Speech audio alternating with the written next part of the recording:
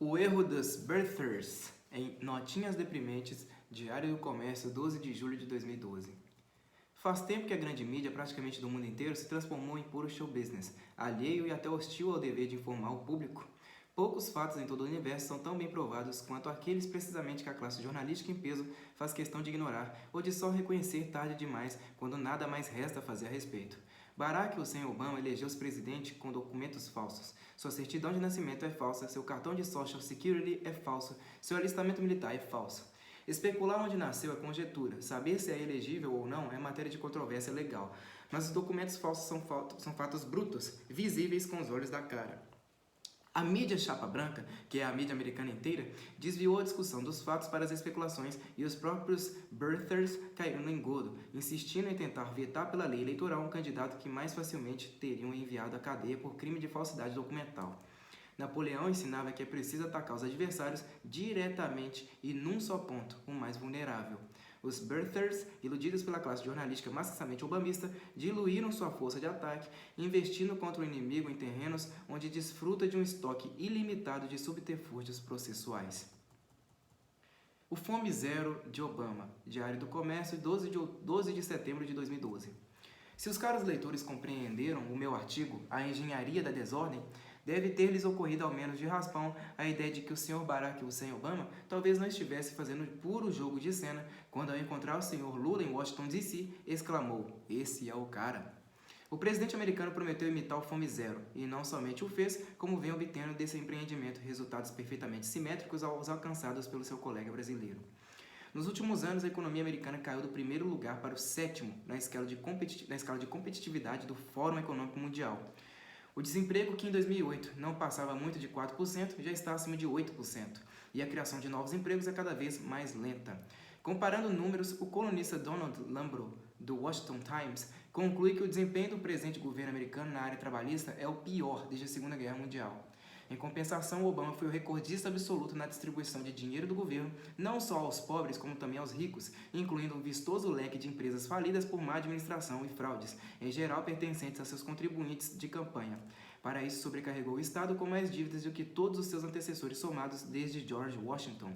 É um fracasso colossal, dizem os analistas econômicos, mas os utilitaristas que me perdoem, a racionalidade econômica não é a motivação última dos atos humanos. O que do ponto de vista econômico parece um absurdo pode ser politicamente lógico e sensato, ao menos no sentido maquiavélico da coisa. Um artigo excelente do comentarista Ira Stowe, publicado no New York Sun, mostra que as melhores chances de sucesso do candidato democrata nas eleições de novembro repousam precisamente no descalabro da sua política trabalhista. Na primeira gestão Obama, o número das pessoas que vivem de ajuda governamental começou a superar pela primeira vez na história americana o das que trabalham e pagam impostos. Hoje são 46,7 milhões de americanos que recebem vale alimentação, 8,7 milhões de estudantes bolsistas, mais 7,6 milhões de empregados estatais sindicalizados. Total, 63 milhões de obamistas compulsivos, 4 milhões acima do número de votos obtidos por John McCain em 2008. Será especulação psicótica? Será teoria da conspiração suspeitar que houve alguma premeditação por trás de um fracasso tão benéfico à pessoa do seu autor? Não, quando se leva em conta o seguinte fato, o único emprego que Obama teve na vida, o único ramo de atividade no qual adquiriu alguma experiência foi o de organizador comunitário, empenhado na aplicação da estratégia Cloward-Piven. E essa estratégia consiste de alto a baixo na arte de fomentar o desastre econômico para tirar dele proveitos políticos. Expliquei isso no artigo de 2009, publicado neste mesmo Diário do Comércio. Que pode haver de tão inverossímil em supor que na presidência um homem fez a única coisa que comprovadamente sabe fazer? Aí reside também a diferença entre ele e o seu modelo brasileiro.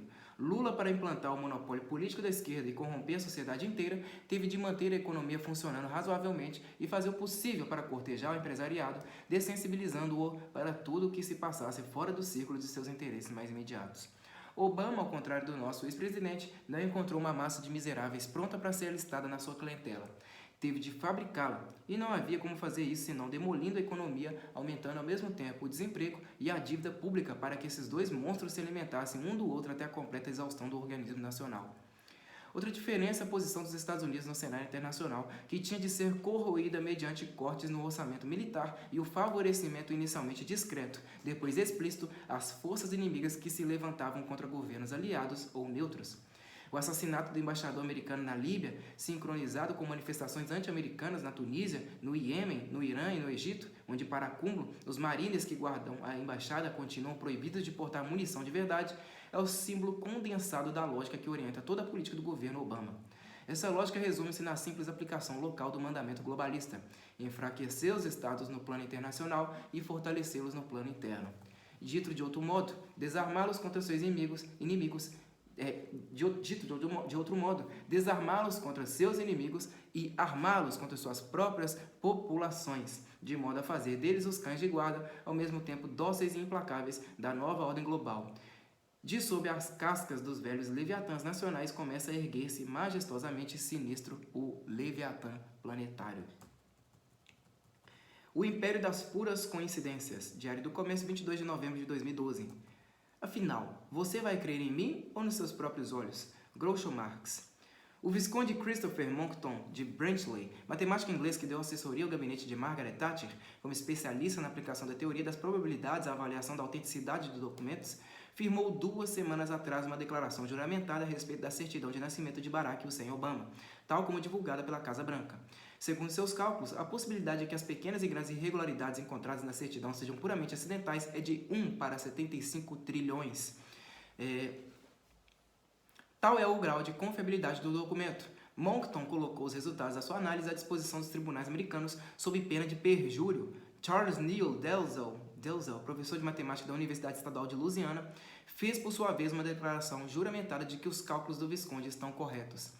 Mas se a presidência americana, o Partido Democrata e a grande mídia em peso podem exigir que os eleitores apostem numa probabilidade tão ínfima, ridicularizando e estigmatizando como louco quem quer que veja nisso um risco excessivo, por que não poderiam também impor a crédula genuflexão ante outras tantas coincidências fortuitas com margem de erro até mais modesta, reduzida, digamos, a alguns bilhões ou milhões?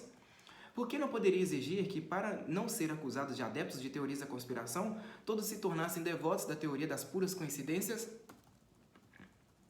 Por pura coincidência, o general David Petraeus, que estava marcado para depor no parlamento sobre a omissão de socorro à alegação americana na Líbia, foi repentinamente pego em flagrante vexame de adultério com sua biógrafa Paula Broadwell, sendo forçado a pedir demissão do cargo de chefe da CIA, e, para alívio geral do alto comando obamista, automaticamente dispensaram de prestar o depoimento. Os parlamentares não se deixaram ludibriar e decidiram convocar o general para depor assim mesmo. O que ele disse foi, em substância, que desde o primeiro momento informará a Casa Branca que o ataque em Benghazi fora um ato terrorista premeditado e que alguém do governo convencera a embaixadora Susan Rice a modificar a história, atribuindo tudo a um protesto popular espontâneo contra um ridículo vídeo anti-islâmico amador divulgado pelo YouTube.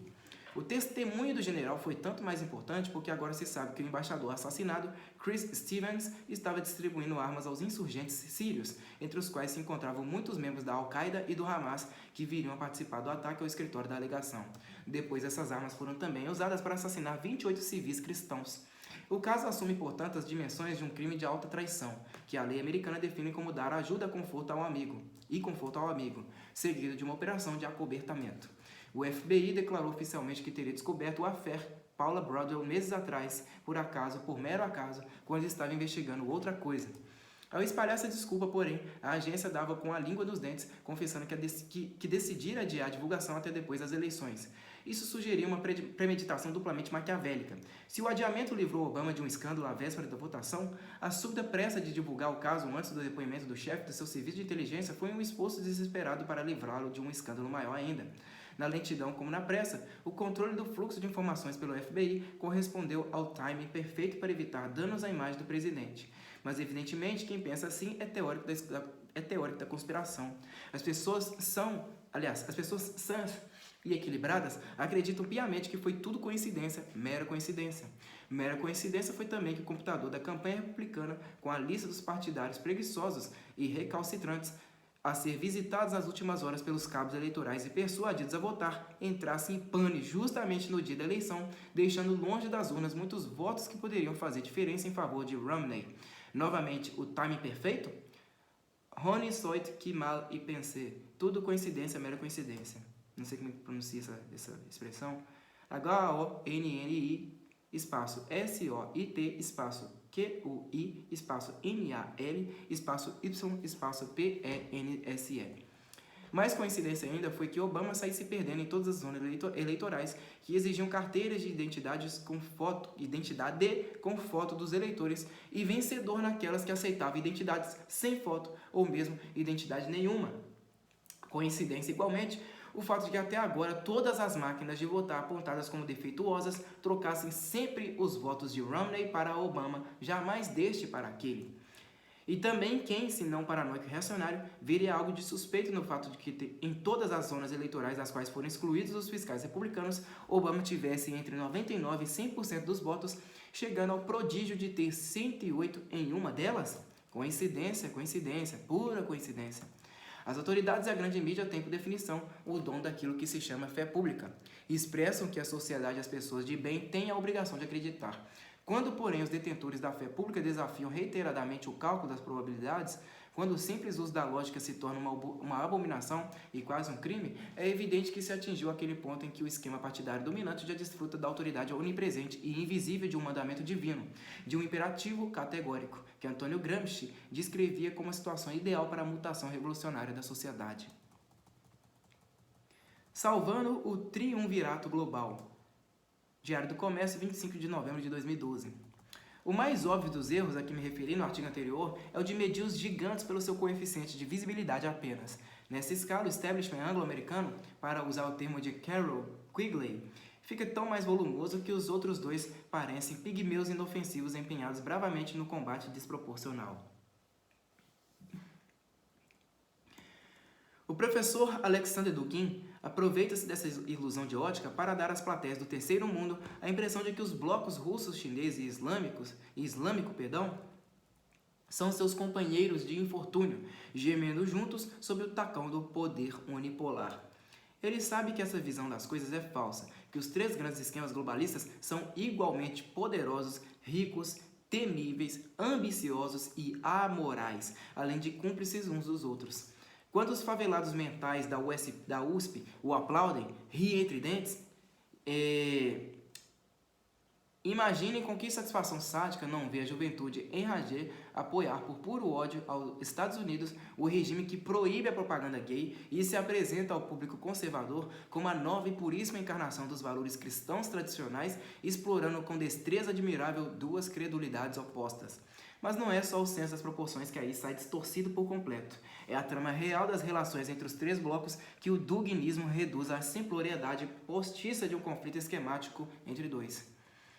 Ninguém ignora que a escolha de Barack Hussein Obama como candidato do Partido Democrata em lugar de Hillary Clinton em 2008 foi uma imposição, um dictate do grupo Bilderberg. Também é preciso ter feito o juramento de cegueira para não enxergar que durante seu primeiro mandato, o ungido do globalismo fez tudo para desbancar o dólar e debilitar a posição dos Estados Unidos da América no cenário internacional, estancou a produção nacional de petróleo, gás e carvão, atrofiou o sistema americano de defesa, pôs seu país de joelhos ante a China e a Rússia e tanto no Oriente Médio quanto em suas políticas de segurança interna, deu mão forte aos arautos do califado universal. Igual favorecimento à expansão islâmica tem orientado a política da União Europeia e de vários governos do Velho Mundo abençoados pela Internacional Fabiana.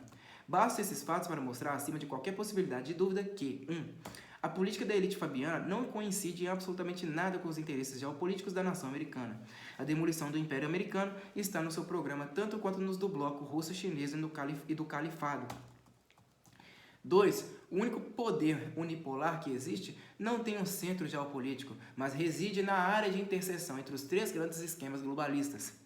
3. O futuro do mundo a curto e médio prazo depende de saber se a frágil unidade que ainda vigora nessa área de interseção vai predominar sobre os interesses de cada esquema globalista em particular ou se o tripé vai ceder, jogando os três esquemas um contra o outro ou dois contra um. Na primeira dessas hipóteses, teremos uma ditadura mundial. Na segunda, a guerra mundial. Dos três blocos, o único que está preparado para a segunda hipótese militar e ideologicamente é o russo-chinês. O islâmico, com a exceção do Irã, que é um boi de piranha de Moscou, tem mais a ganhar com a expansão pacífica e a chantagem terrorista, ao passo que o bloco ocidental procura desarmar-se a olhos vistos, tudo apostando na unidade da ditadura mundial, em que os estados nacionais perdem autonomia na esfera internacional, ao mesmo tempo que enrijecem seus controles sociais internos.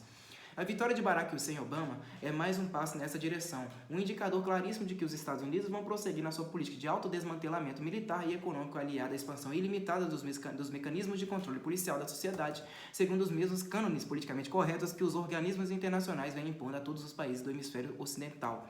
Até onde será possível prosseguir nessa via é algo que depende de como a elite ocidental vai manejar sua contradição constitutiva. Ela tende a debilitar o poderio americano para subjugá-lo ao comando internacional, mas de outro lado continua precisando dele, por enquanto, como sua base militar. Nada poderia evidenciar mais claramente a sua natureza de parasita.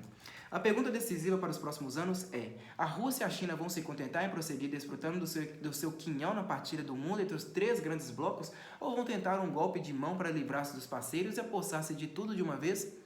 Obama já foi pego de calças na mão em pleno ato de prometer aos russos que no seu segundo mandato fará toda a sorte de concessões para aplacá-los e salvar a unidade do triunvirato global. Foi sob o mesmo pretexto que afagou as pretensões da fraternidade islâmica, obtendo como únicos resultados o acréscimo da violência terrorista e o fiasco de Benghazi. Vladimir Putin sabe que, em última instância, a unidade é inviável. Ele tira proveito dela, por enquanto, mas entre o triunvirato global e o Império Eurasiano, sua escolha já está feita. Velho truque, Diário do Comércio, 28 de novembro de 2012. Um dos mais velhos truques de propaganda comunista no Brasil é esconder-se por trás de algum comunista americano desconhecido nestas plagas e cantar vitória. Tá vendo? Até os Yankees dizem que, partindo da premissa popular de que ser americano é um atestado de anticomunismo, até a voz do KGB em inglês soa como uma potente confirmação direitista de qualquer mentira pró-comunista que se pretende impingir ao cândido leitor brasileiro. Sempre foi assim. Quando eu era adolescente, esfregava-me no nariz os artigos de Drew Pearson e me esmagavam com um argumento fulminante. Tá vendo? Até os Yankees dizem que... Acabei, é lógico, acreditando sem saber que as fontes de informações de Pearson eram 2 agentes soviéticos, coisa que só chegou ao meu conhecimento 4 décadas depois, mas ainda é totalmente ignorada pelo público maior, o qual já nem lembra quem foi Pearson e que tremenda influência teve na política americana. O engodo tornava-se ainda mais persuasivo quando reforçado por um constante bombardeio de artigos e estudos eruditíssimos que nos provavam por A mais B que a mídia americana inteira era um instrumento de propaganda imperialista. Qualquer agente comunista minimamente treinado sabe que a maneira mais eficaz de persuadir a plateia não é usar de um argumento lógico continuado, mas jogar com a tensão entre 2 argumentos aparentemente opostos, em geral um implícito, o outro explícito. Quando até os imperialistas admitiam que Fidel Castro era um combatente pela democracia, ou que os Vietcongues eram patriotas sem um pingo de ideologia comunista nas veias, que brasileiro teria ousadia de dizer o contrário? Sempre foi assim. A diferença é que agora esse truque, antigamente usado apenas na imprensa comunista, se tornou norma de redação da grande mídia e multiplicou por 1000 o seu poder de confundir e ludibriar. Faça uma revisão do que leram nos jornais brasileiros a respeito de Barack Hussein Obama ao longo das campanhas eleitorais de 2008 e 2012 e verão que, com exceções infinitesimais, as opiniões aí expressas foram de 2 tipos e somente 2. A. Barack Obama é um progressista moderado, a voz da América esclarecida em luta contra o obscurantismo reacionário e racista. B. Barack Obama, sob a aparência de bom moço, é um imperialista yankee, como qualquer outro, um falcão empenhado em esmagar o pobre mundo sob as patas do Império Americano. A única diferença entre ele e John McCain, ou Mitt Romney, é que pelo menos não é um caipirão racista como eles. Forçado a escolher entre o bem absoluto e o mal menor, nos 2 casos, o idiota padrão, que é como nas redações se denomina o leitor médio, acabava sempre ficando com Barack Obama. Se as eleições fossem no Brasil, o candidato democrata teria 99% dos votos sem precisar adulterar as maquininhas como fez em Ohio e na Pensilvânia. O benefício secundário dessa técnica é habituar o leitor a escolher entre 2 opiniões esquerdistas e acreditar que, com isso, está desfrutando de um dos prazeres maiores de viver numa democracia, que é o de poder tomar posição livremente nos debates públicos. Com isso, pouco a pouco, a democracia vai se reduzindo ao centralismo democrático leninista, a livre discussão dentro do partido, sem que a multidão bocó perceba a diferença. Por fim, a coisa mais maravilhosa. Com o tempo, os jornalistas sem filiação ideológica explícita se adaptam ao modelo por mera imitação dos colegas mais velhos e acabam por se tornar os mais eficientes colaboradores da manobra comunista, justamente porque não têm nenhuma consciência de estar a serviço dela e rejeitam com esgares de indignação ou trejeitos de sarcasmo a hipótese de que estão servindo de idiotas úteis. Aliás, é precisamente por essa razão que são chamados de idiotas úteis. Hegemonia é isso, o domínio invisível e invisível exercido sobre as consciências pela força da repetição e do hábito impregnado na linguagem, nas rotinas, no senso comum, no sentido gramsciano do termo. Construí-la é, por definição, obra de muitas décadas, apoiada na passagem das gerações e no esquecimento coletivo.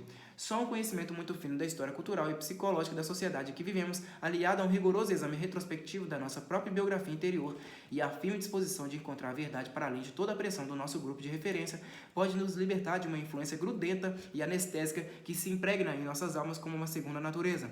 As pessoas habilitadas a fazer esse exame contam-se nos dedos das mãos e são ainda mais raras na classe universitária, onde a adaptação ao vocabulário e aos cacuetes mentais do ambiente são condições necessárias à sobrevivência escolar e profissional. A construção da hegemonia aposta na estupidez, na preguiça, no espírito de imitação e na covardia intelectual, qualidades que raramente faltam aos jovens universitários ávidos de reconhecimento. Pensando como os revolucionários. Diário do Comércio, 27 de dezembro de 2012.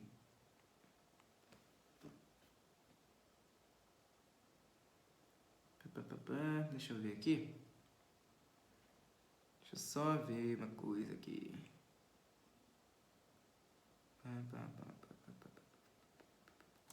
Beleza. Vamos lá.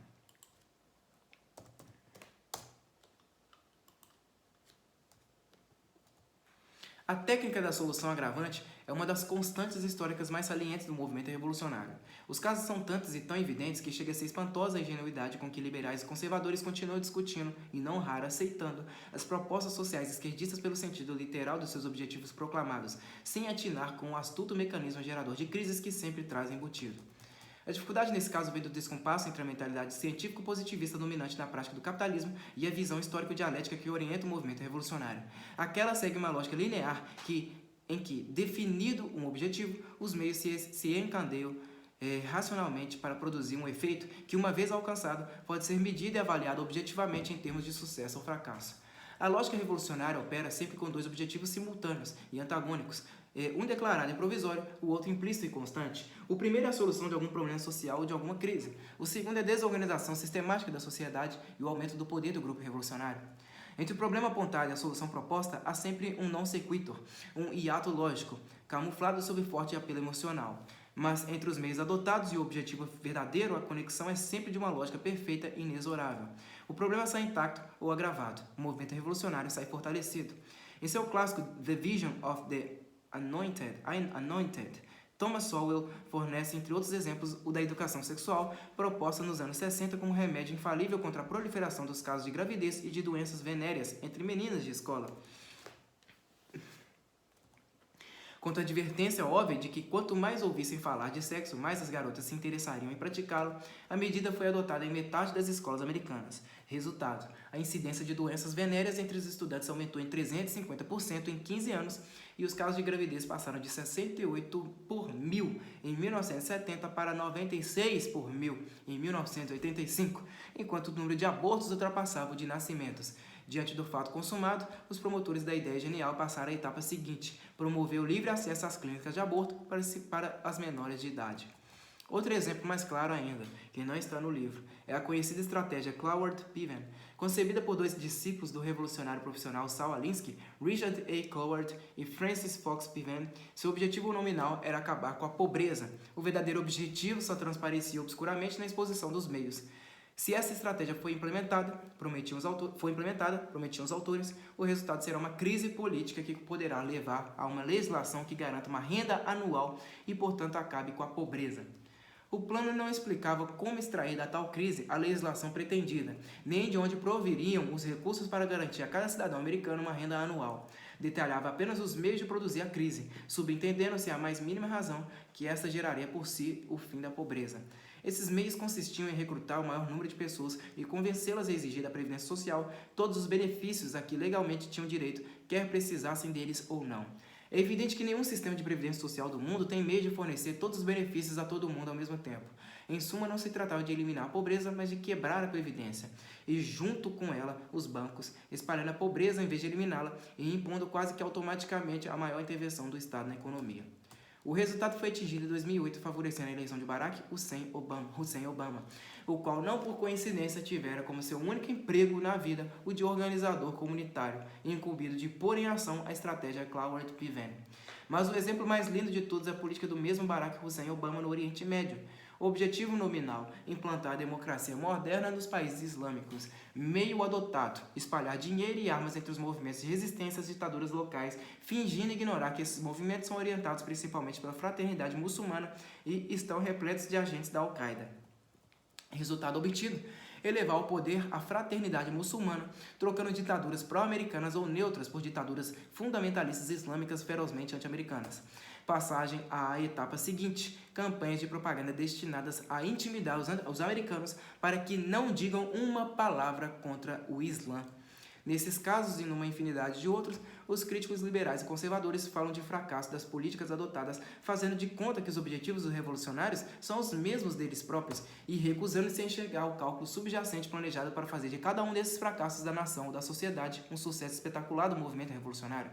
Se o leitor entendeu como a coisa funciona, sugiro-lhe agora um exercício. A esquerda americana, aproveitando-se do impacto da tragédia de Sandy Hook, está clamando por maior controle governamental das armas em poder dos civis. Objetivo nominal: prevenir novas matanças de inocentes. De quanto tempo você precisa para descobrir qual será o resultado efetivo? Desarmando as criancinhas. Diário do Comércio, 27 de janeiro de 2013. Na cidade de Mount Carmel, Pensilvânia, uma menininha de 5 anos foi suspensa da escola por ter ameaçado atirar na colega com um revólver de plástico cor-de-rosa que dispara bolinhas de sabão. Na iminência de passar das palavras aos atos, a perigosa criaturinha foi providencialmente desarmada pelas autoridades competentes e submetida à penalidade prevista no sábio regulamento escolar. É a prova de que os Estados Unidos melhor fariam se proibissem logo todos os brinquedos em forma de armas, quer disparem bolinhas de sabão, tufos de pelúcia ou bilhetinhos de eu te amo, e obrigassem todas as crianças a brincar de casinha, independentemente dos sexos, para que não cultivem o desejo maligno de algum dia atirar no bandido antes que o bandido atire nelas. Mas a grande nação do norte não atingiu ainda aquele estágio superior de civilização que permitiu ao nosso país, mediante essa medida profilática e a drástica repressão do comércio de armas entre adultos, ter apenas 4,5 vezes mais assassinatos anuais à bala do que a truculenta sociedade gringa, embora tenha também 100 milhões de habitantes a menos e 30 vezes menos armas legais em circulação. Eu mesmo sou um exemplo vivo do perigo extremo de deixar as crianças brincarem com armas. Passei a infância tentando ser Roy Rogers ou Hopalong Cassidy, e ao crescer tornei-me um assassino intelectual de idiotas, um dano que poderia ter sido evitado se no meu tempo, em vez de uma indecente facilidade de acesso a revólveres e espingardas de plástico, existissem os Teletubbies, os Menudos e o Sr. Louis Mott. Estes, infelizmente, só vieram a aparecer por volta da década de 1990 do século XX, quando a minha alma já estava irremediavelmente corrompida. Mas às vezes as criancinhas, essa parte especialmente temível da espécie humana, frustram as melhores intenções dos desarmamentistas e descobrem meios incomuns e patológicos de se dedicar à prática da violência mortífera. Numa escola de Maryland, 2 meninos sofreram a mesma punição da garotinha da Pensilvânia, porque sem armas de plástico de madeira ao seu alcance, mas empenhados assim mesmo em brincar de polícia e ladrão, trocavam tiros com pistolas imaginárias, formadas com o indicador e o polegar, este imitando o cão do revólver, aquele o cano. Em situação tão inusitada, o educador, não podendo apreender equipamentos bélicos inexistentes, nem contar os dedinhos assassinos, só tem um caminho a seguir: investigar cientificamente de onde os meninos tiraram a ideia extravagante de que polícias e ladrões troquem tiros, e em seguida submetê-los a rigoroso treinamento de sensitividade para que entendam que essas duas classes de profissionais jamais se entregam a semelhante exercício. Aí, novamente, os nossos vizinhos do norte muito teriam a aprender com a experiência brasileira. Por aqui não tiramos as armas somente das mãos das crianças, mas da sua mente, dirigindo sua atenção desde a mais tenra idade para práticas mais saudáveis, como a masturbação solitária ou coletiva e a interbolinação de ambos os sexos. Infelizmente, a dureza implacável do universo reacionário tem impedido que tão salutar medida surta os efeitos esperados. As forças do além coligam-se para frustrar as iniciativas mais belas dos nossos governantes iluminados e intelectuais progressistas. Numa verdadeira conspiração voltada a desmoralizar especialmente a nossa mídia, tão merecedora do nosso respeito e consideração, que com desvelo maternal nos adverte diariamente para a crescente epidemia de violência assassina nos Estados Unidos, o número total de homicídios naquele país vem diminuindo despudoradamente nas últimas 3 décadas, passando de 9,8 por 100 mil habitantes em 1981 para menos da metade, 4,7 em 2011, malgrado o aumento prodigioso do número de armas legais em posse da população civil. No nosso país, ao contrário, com o controle de armas cada vez mais severo, a proibição total de brinquedos em forma de armas e as sucessivas campanhas de entregas voluntárias de revólveres, pistolas, rifles e espingardas ao governo, o número de homicídios duplicou no mesmo período, chegando a uns 36 por 100 mil habitantes em 2010. Oh, mundo injusto! Ainda assim, continua existindo na República Americana mentes lúcidas e corajosas, como a do presidente Barack Hussein Obama, que prometem eliminar, mediante a proibição das armas, os 8 mil homicídios anuais que ali se verificam. É verdade que no mesmo período de um ano, segundo as estatísticas oficiais, 400 mil cidadãos e cidadãs dos Estados Unidos salvam suas vidas reagindo à bala contra serial killers, assaltantes, estupradores, etc. Desgraçadamente, as almas de pedra dos reacionários e sócios da National Rifle Association ainda se recusam a entender que para impedir 8 mil assassinatos, vale a pena fomentar outros 392 mil. Armados e desarmados, Diário do Comércio, 20 de fevereiro de 2013. O Homeland Security está distribuindo às escolas, igrejas, clubes e outras instituições um vídeo em que ensina como reagir a um invasor armado de pistola, rifle ou metralhadora. Receita número 1. Saia correndo. Número 2. Esconda-se debaixo da mesa. Número 3. Ataque o sujeito com uma tesoura, um hidrante, um cortador de papéis, um grampeador ou algum outro instrumento mortífero em estoque no almoxarifado. E assim por diante. A hipótese de manter um guarda armado ou de permitir que funcionários habilitados portem armas não é nem mesmo mencionada, é exorcizada. Há lugares, é claro, onde o exorcismo não funciona. A Comissão de Educadores da cidade de Newtown, aquela onde 2 dezenas de crianças morreram assassinadas por um atirador alucinado, já declarou que vai seguir a sugestão da National Rifle Association e não as lições sapientíssimas do Homeland Security. Para sua própria proteção, é claro, o Homeland Security apela ao remédio exatamente inverso daquele que recomenda aos outros. Alegando, vejam só, defesa pessoal, o departamento acaba de comprar 7 mil fuzis AR-15, aquele mesmo que o governo quer tomar dos cidadãos, e 2 bilhões de balas hollow point, daquelas que espalham estilhaços no corpo da vítima. Essa munição é proibida para o uso militar pela Convenção de Genebra, só podendo ser usada, portanto, contra a população civil. O inferno não está cheio só de boas intenções. O Homeland Security é um monstro burocrático criado após o 11 de setembro, teoricamente com a finalidade de impedir o ingresso de inimigos no território. Hoje é a menina dos olhos do presidente Barack Hussein Obama, que conta com ele para desarmar a população e, de quebra, intimidar seus inimigos políticos. Uma de suas grandes realizações foi instalar nos aeroportos aquelas máquinas de raio-x que revelam às autoridades o tamanho dos pênis e os modelos das calcinhas. Nenhum terrorista foi jamais descoberto por esse meio. Em compensação, milhões de velhinhas passaram mal.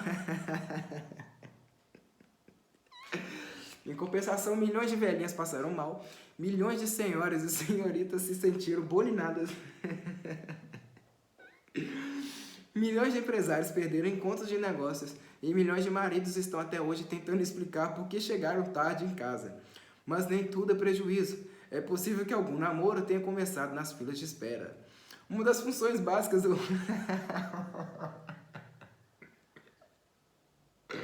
Ai, pai. Uma das funções básicas do Homeland Security é, por definição, impedir o ingresso e a permanência de imigrantes ilegais nos Estados Unidos. Mas com o mesmo desvelo com que vasculha as partes íntimas dos viajantes dos aeroportos, o departamento se empenha em facilitar o ingresso e segurar... Puta que pariu. Ai, bicho, eu vou passar mal de rir. Ai. Mas com o mesmo desvelo com que vasculha as partes íntimas dos viajantes nos aeroportos, o departamento se empenha em facilitar o ingresso e assegurar a permanência dos invasores. Sabendo que a massa dos ilegais não vem por via aérea, desarticula a vigilância nos postos de fronteira, franqueando a passagem dos indesejáveis. E faz corpo mole na hora de expulsar os que já entraram, alegando que são muitos e não há condições de pegar um por um. Não é preciso dizer que o presidente Barack Hussein Obama enxerga nos ilegais um delicioso contingente de futuros eleitores do Partido Democrata, assim como... Ai. Não é preciso dizer que o presidente Barack Hussein Obama enxerga nos ilegais um delicioso contingente de futuros eleitores do Partido Democrata, assim como vê na metade nacionalista, conservadora e armada da população americana um inimigo a ser destruído por todos os meios, a começar pela sua rotulação, por enquanto oficiosa, de radical e terrorista. Por isso mesmo, o departamento, que acha impossível expulsar 12 milhões de ilegais, não recua ante o projeto infinitamente mais ambicioso e complexo de desarmar uma quantidade 12 vezes maior de cidadãos americanos. E, aliás, como vimos, já se prepara para isso, estocando armas e munições, o mais convincente argumento contra os obstinados e recalcitrantes. O presidente tem boas razões para apostar todas as suas fichas no Homeland Security, já que o pessoal das polícias estaduais não está nem um pouco assanhado para desarmar os americanos e muito menos para atirar neles. Em vários estados, as associações de xerifes já declararam que se algum agente federal aparecer por lá para tomar as armas dos cidadãos, vão simplesmente prendê-lo. Se há uma realidade que se torna mais óbvia a cada dia que passa, é esta.